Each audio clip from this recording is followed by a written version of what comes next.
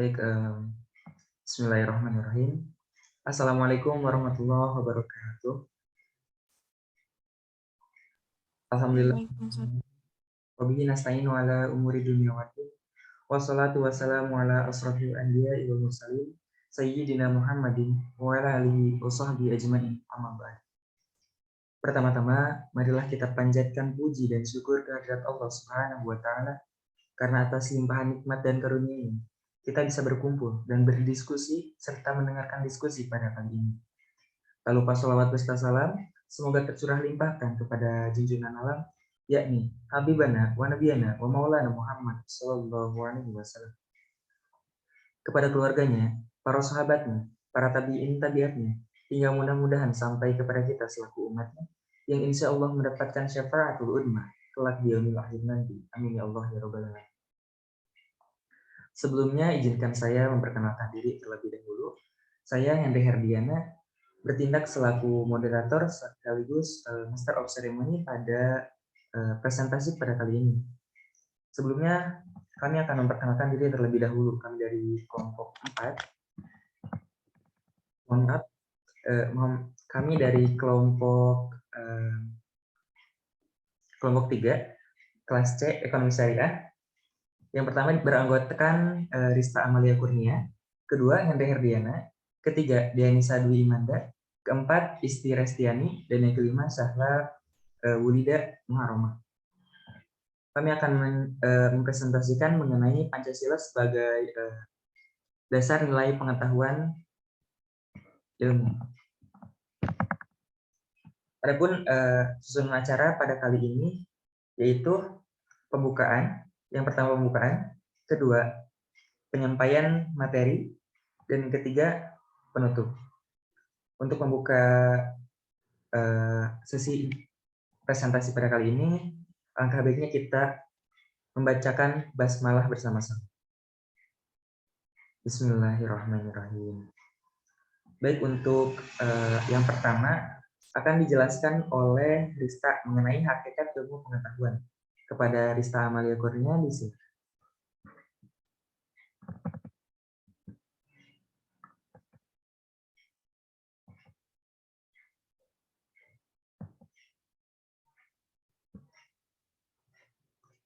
Mohon maaf, Rista, suaranya belum terdengar.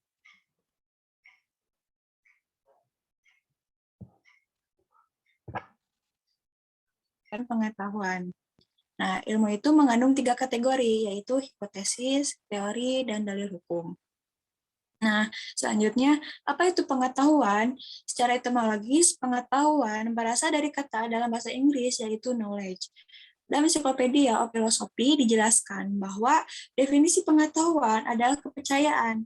Pengetahuan adalah kepercayaan yang benar. Dengan demikian, pengetahuan merupakan hasil proses dari usaha manusia untuk tahu. Dalam kamus filsafat dijelaskan bahwa pengetahuan adalah proses kehidupan yang diketahui secara langsung dari kesadarannya sendiri. Nah, selanjutnya perbedaan ilmu dan pengetahuan. Pada dasarnya, pengetahuan berbeda dengan ilmu. Perbedaan itu terlihat dari sifat sistematiknya dan cara memperolehnya. Maka dapat diketahui bahwa ilmu adalah sebuah pengetahuan yang berobjek, bersistem, bermetode, dan bersifat universal. Nah, setiap ilmu pasti adalah pengetahuan, namun tidak semua pengetahuan itu ilmu. Terima kasih, saya serahkan kembali kepada moderator.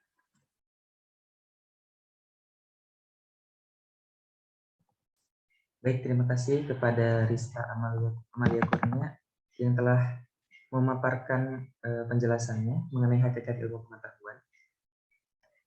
Beranjak kepada pemateri yang kedua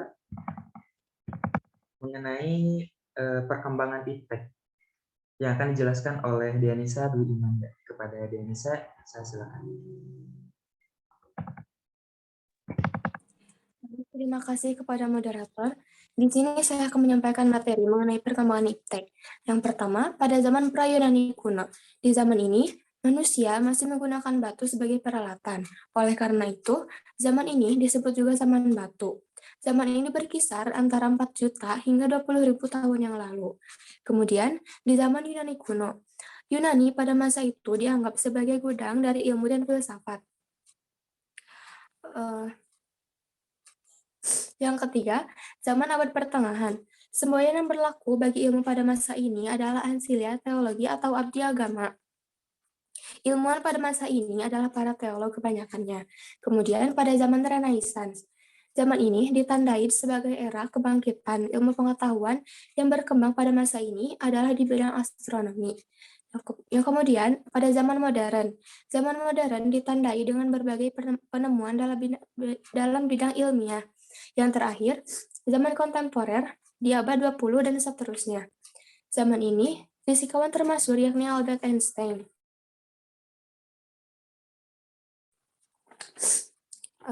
Zaman ini ditandai dengan penemuan berbagai teknologi canggih seperti komputer, internet, dan lain sebagainya. Demikian yang dapat saya sampaikan, saya kembalikan kepada moderator. Baik, terima kasih kepada Deanisa yang telah memaparkan penjelasannya. Kemudian kepada pemateri yang ketiga mengenai Pancasila sebagai dasar pengembangan iptek yang akan dipaparkan atau dijelaskan oleh Saudari Isti. Kepada Isti, saya silakan. Terima kasih kepada moderator yang telah memberikan kesempatan kepada saya untuk menyampaikan materi tentang Pancasila sebagai dasar pengembangan ilmu pengetahuan dan teknologi. Pancasila sebagai ideologi negara merupakan kristalisasi nilai-nilai budaya dan agama dari bangsa Indonesia. Pancasila sebagai ideologi bangsa Indonesia mengakomodir seluruh aktivitas kehidupan bermasyarakat, berbangsa, dan bernegara, termasuk dalam hal aktivitas ilmiah. Nilai-nilai Pancasila sebagai pengembangan ilmu pengetahuan dan teknologi yang terkandung dari setiap sila-sila Pancasila, yaitu yang pertama ada nilai ketuhanan. Sila pertama yaitu ketuhanan yang Maha Esa. Sila ini memberikan dasar bahwa iptek tidak hanya memikirkan apa yang ditemukan, apa yang dibuktikan, dan yang diciptakan, tetapi harus dipertimbangkan maksud dan akibatnya, apakah merugikan manusia atau tidak. Yang kedua yaitu nilai kemanusiaan. Sila keduanya yaitu kemanusiaan yang adil dan beradab. Sila ini memberikan dasar-dasar moralis bahwa manusia dalam mengembangkan iptek haruslah dengan cara-cara yang beradab. Kemudian yang ketiga yaitu nilai persatuan. Sila ketiganya yaitu kan persatuan Indonesia. Sila ini mendasari bahwa iptek hendaknya dapat menumbuhkan rasa nasionalisme, rasa kebersamaan bangsa, serta rasa keluhuran bangsa sebagai bagian dari umat manusia di dunia. Yang keempat yaitu nilai kerakyatan. Sila keempatnya yaitu kerakyatan yang dipimpin oleh hikmat kebijaksanaan dalam permusyawaratan perwakilan.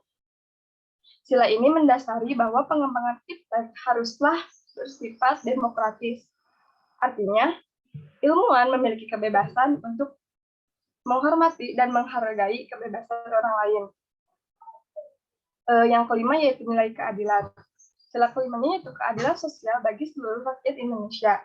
Sila ini sebagai dasar dalam pengembangan iptek dalam menjaga keseimbangan, keadilan dalam kehidupan kemanusiaan. Sekian materi yang bisa saya sampaikan. Saya kembalikan lagi kepada moderator.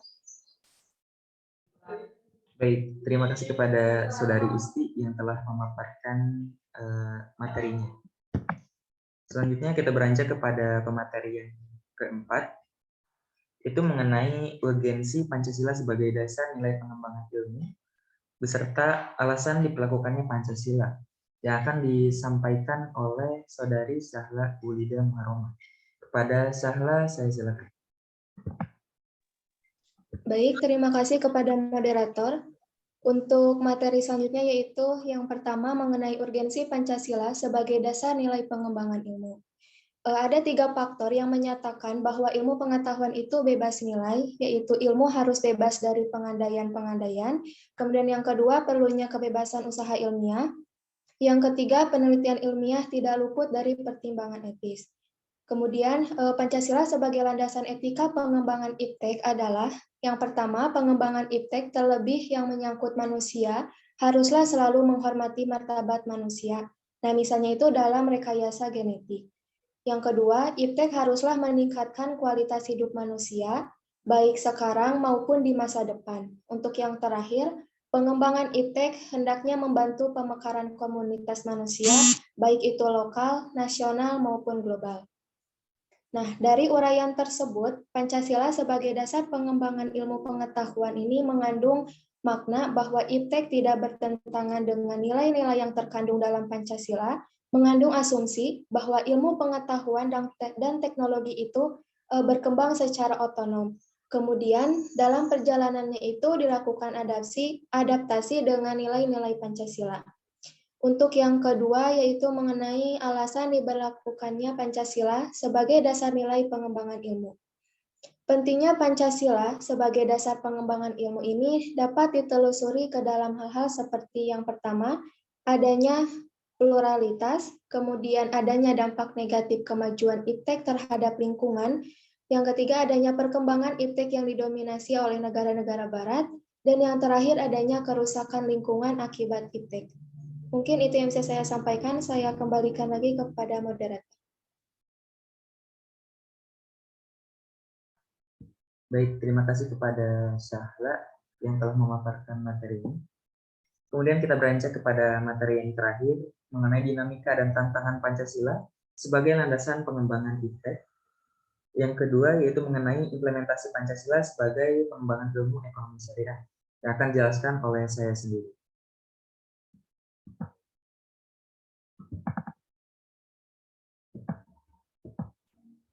Baik,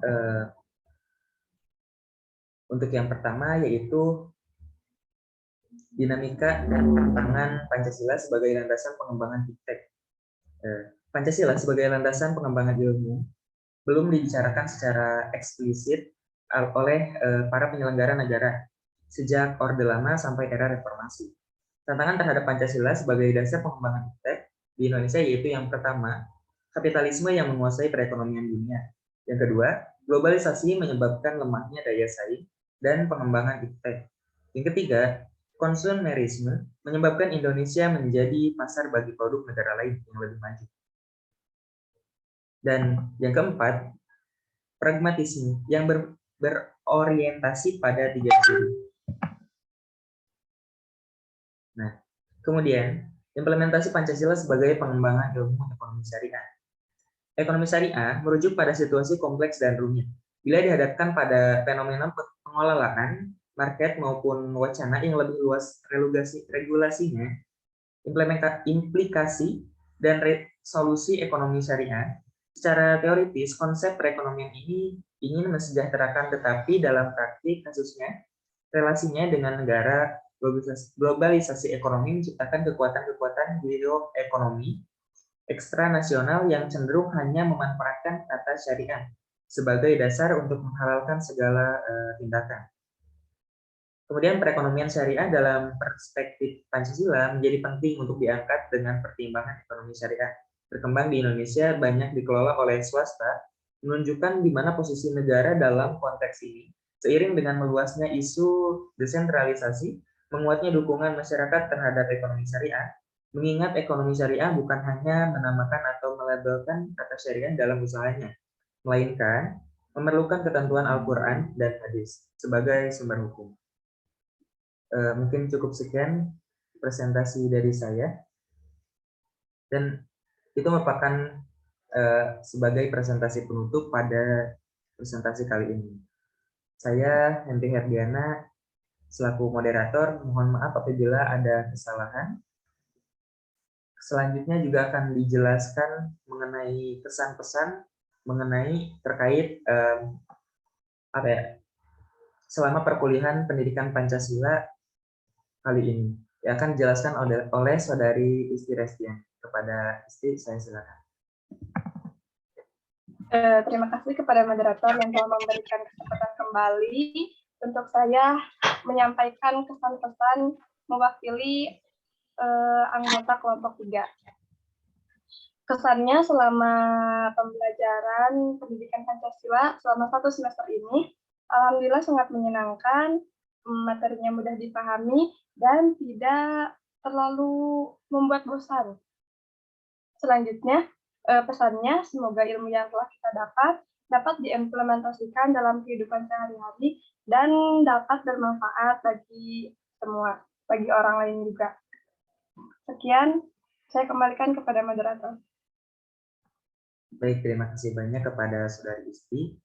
Saya juga memohon maaf apabila kami dari kelompok 3, khususnya dan umumnya kami dari Ekonomi Syariah, kelas C, apabila mempunyai kesalahan dalam perkuliahan pendidikan Pancasila kali ini. Dan juga terima kasih kepada Bapak Adi serta Pak Nana yang menjadi dosen pendidikan Pancasila pada kesempatan kali ini. Ya mungkin saya cukupkan sekian diskusi dan presentasi pada kali ini. Mohon maaf apabila ada kesalahan atau tutur kata yang salah dari saya. Wabillahi taufiq wal hidayah. Wassalamualaikum warahmatullahi wabarakatuh. Waalaikumsalam warahmatullahi wabarakatuh.